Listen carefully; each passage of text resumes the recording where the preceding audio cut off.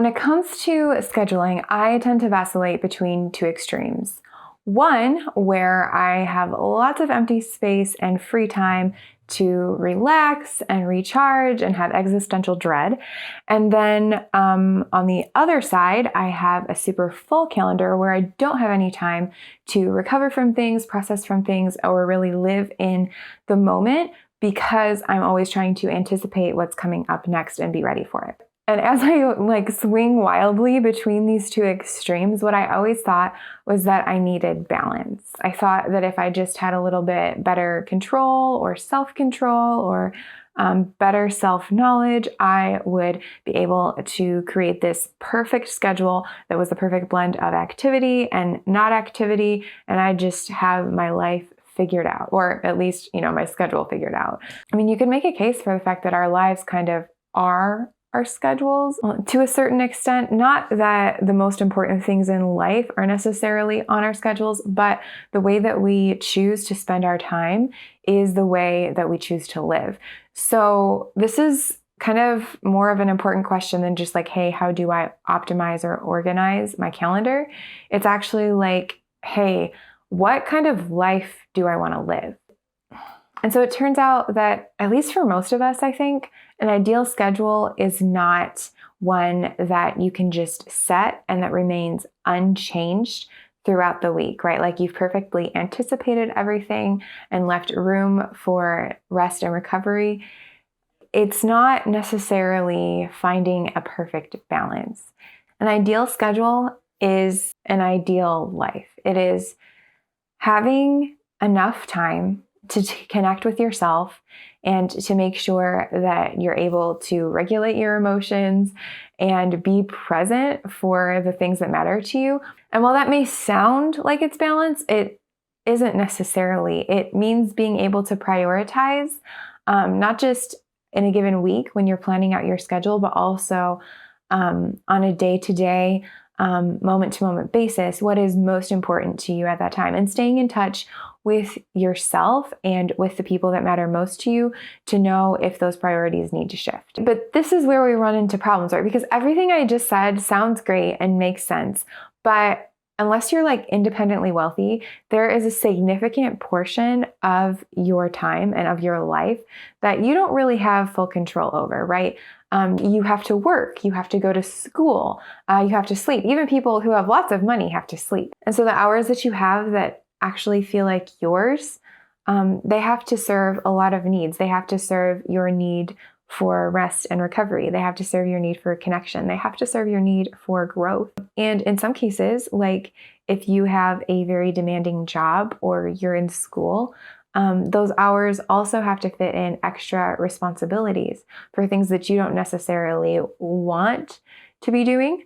So those precious hours that you get, whether that's in the evening or in the morning or whatever time of day it is for you, they have a lot of things that they have to do. And I think that that's where this fascination with productivity and time management comes in for a lot of us, is that we realize that we are operating with a very limited amount of time to begin with. And then our time is even more constrained by just the realities of living. And so when you don't have that much time, you want to try to make the most of it. And then, as you keep going and trying to make the most of it and make the most of it and make the most of it, at some point, maybe you burn out or you just get really exhausted. And so you just kind of shut down everything and say, okay, I have to prioritize my rest. I have to prioritize myself. And then maybe after you've done that for a while, you start trying to look for balance. I mean, I just described the exact cycle that I've gone through countless times. But here's the thing, that mix of things that you need in order to thrive as a person and live kind of a whole life, that's going to vary based on who you are, right? What works for somebody you see on YouTube is not necessarily going to work for you, because you are an individual with specific needs, but also because those needs vary for a single person over time. It depends on what all is happening in their life, right? As I'm filming this, Christmas is coming up. And I think that for a lot of us, Christmas is a time where our priorities shift, because maybe the rest of the year we don't make it a priority to see our extended family or to spend, 8 hours in a single day with them. But for Christmas, we do. It's a priority then. And maybe we have less of a priority about working on like a personal project. Or maybe we really elevate our rest over Christmas break because that's one of the only times we truly get to unplug because everything is shut down at work or at school, right? Like, this is a time where we go, okay, like something is changing for us. So we shift our priorities to match that. But on an individual level, like that happens all the time. Maybe you have a big deadline at work. And so you realize that you are going to be just emotionally drained way more than normal. And so you have a choice then to prioritize what's going to fill your cup. Maybe what's going to fill your cup is authentic connection because you actually feel really isolated at work. Or maybe what's going to fill your cup is being able to relax, right? It really depends on who you are and what situation you find yourself in, and that's okay. The nice thing about like where I am right now and what I feel like I have the freedom to do is that I'm not trying to sell you on some sort of one size fits all solution. I don't think that is really helpful. For us, like mentally, we need to have permission to have our needs vary from time to time, and that's totally okay. But also, I don't really want to leave you without something that you can actually use to check up on your own schedule and see if there are some changes you can make so that you'll enjoy your life more. So let's work on that a little bit. Okay, so when you're looking at your schedule, ideally, and I know that sometimes it's not perfect, and that's totally fine. I don't want you to get hung up on reaching for perfection. That's not going to get you closer to where you want to be. I have been down that road a lot of times, and trust me, you try to be perfect about it, you just end up shooting yourself in the foot because you're beating yourself up over how not perfect it is instead of celebrating the progress that you're making. So, look at your calendar, look at your schedule, wherever you keep like your list of things that you're doing. And you can ask yourself 4 things. First, is this helping me survive? That's the world we live in. You have to do certain things in order to survive. We have to go to work. We have to get groceries. We have to do our laundry so that we can stay clothed. We have to sleep. There are just things that you have to do, and they're maybe not things you would choose to do if you had a way of skirting around them, but they are things that you have to do in order to take care of yourself. You have to have food, you have to have money in order to live, and you have to have sleep, right? You should also be clothed, right?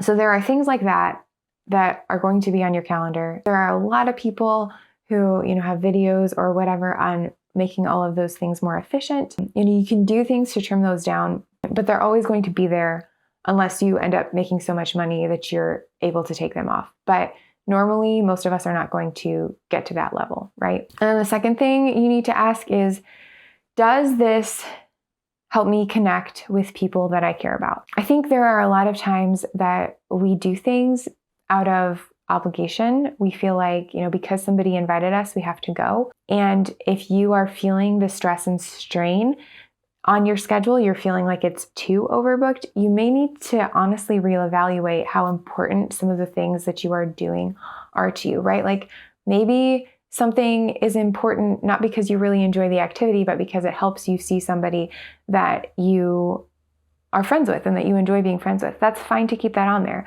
But by the same token, if you're friends with that person and you see them at other things, maybe have a talk with them and say like, hey, I think I need to drop out of, this book club or, this weekly get together or whatever. Like, you have the ability to rearrange based on that, but you really just need to think about your priorities in terms of like, who do you want to be forming relationships with at this time in your life, and make sure that those things are in your calendar. I'm an introvert, and so for me, this is a really important question because a lot of times when I am feeling stressed, that is the first thing to go. I just cancel all of my like social engagements and I go, okay, I'm just gonna like stay at home, cocooned in a blanket, and we're gonna like wait this thing out, right? But sometimes like the thing that I'm doing, the people that I'm going to see there are too important to me to do that. And in those cases, when I actually get out of the house, get out of my own head and spend time with those people, it actually helps me in all the other areas of my life too. So connection is super important for living a good life, even if you're an introvert, and you're allowed to have as many connection events or as few as you want in your schedule. Just remember that like the people that you spend time with are one of the most important choices that you get to make, right? And so if there are people in your life that are important to you, make sure that you're making time for that.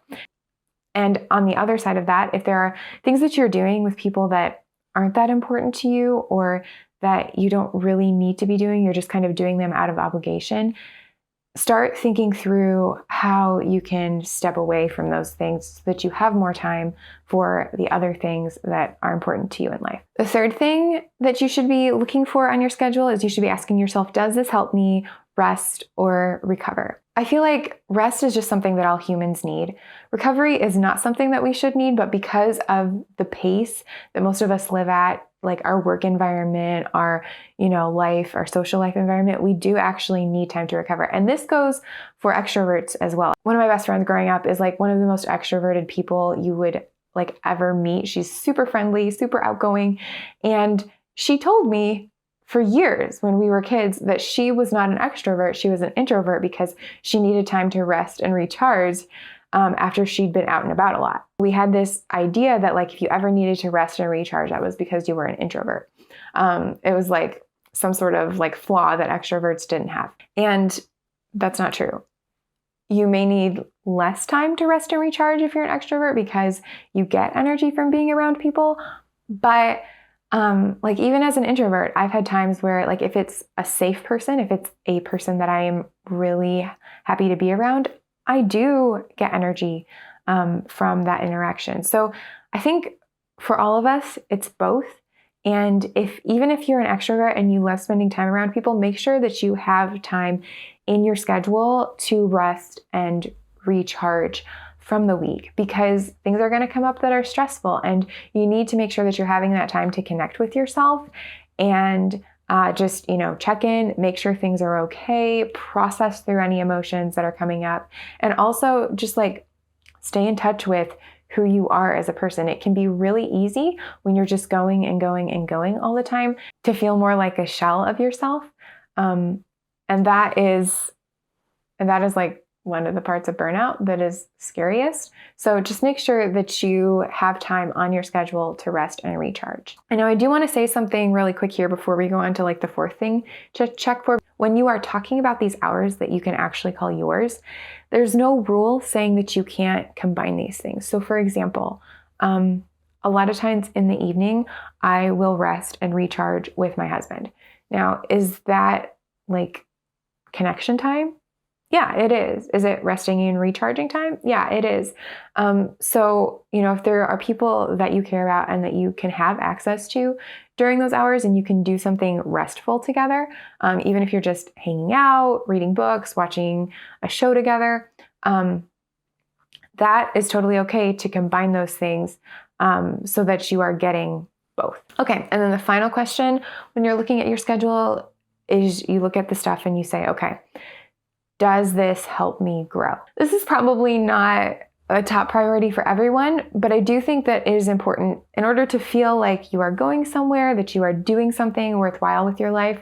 Most of us need to feel like we're growing. Now, if you're in school or you have some sort of like training that's related to your work, you may not really need to add any extra things in to help you grow. But if you are somebody who's just kind of, going along in your career, going along in your life, it's good to have a book, a class, a discussion group, something that you are doing that gets you thinking about things you wouldn't normally think about, gets you learning new information, or puts you out of your comfort zone. Therapy is a good example of this, but so is, reading a nonfiction book or signing up for a pottery class or any of those things, right? Like you can choose what it is, but it is good to have at least one thing that is helping you grow, particularly if you can make it in like a gentle and approachable way, right? Because life also teaches us lessons, but those lessons are usually not as fun to learn. And a lot of times without the help of like friends and family, a support network, a therapist, professionals, we don't necessarily learn those lessons super well anyway. And then I think that once you've asked yourself those questions, it's a good idea to note like any of the things that didn't pass through that filter test. I think if there's anything that doesn't pass through those filter tests, you can probably safely take it off. If it doesn't help you survive, it doesn't help you feel connected, it doesn't help you rest or recharge, and it doesn't help you grow, like you can probably just, get out of there as soon as possible. If you have maybe, 3 of the 4 things, but you want all 4, you may need to prioritize within the category. Say like, okay, all these things or all these time slots help me rest and recharge. Which ones are the most important? Is there one that I could use to help myself grow, right? All of those things you can kind of tweak around and prioritize. And I have videos on priorities. I'll go ahead and link to those in the description. But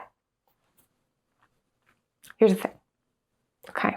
A balanced approach would be to say like, okay, these are the 4 things I need. Are all 4 present? Are, like to give you like some sort of formula where you could say like, okay, you spend this much time on things that help you survive and this much time on things that help you connect and blah, blah, blah, blah, blah.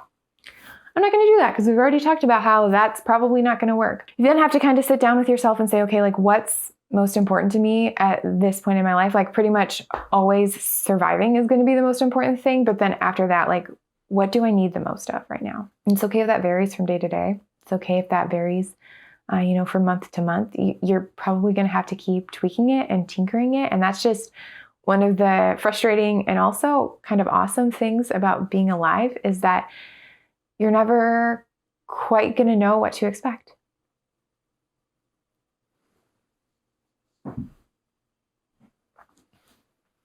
But if you have this approach and you're taking into consideration surviving, connecting, resting, and growing, it's going to give you a lot better picture of what's going on in your life.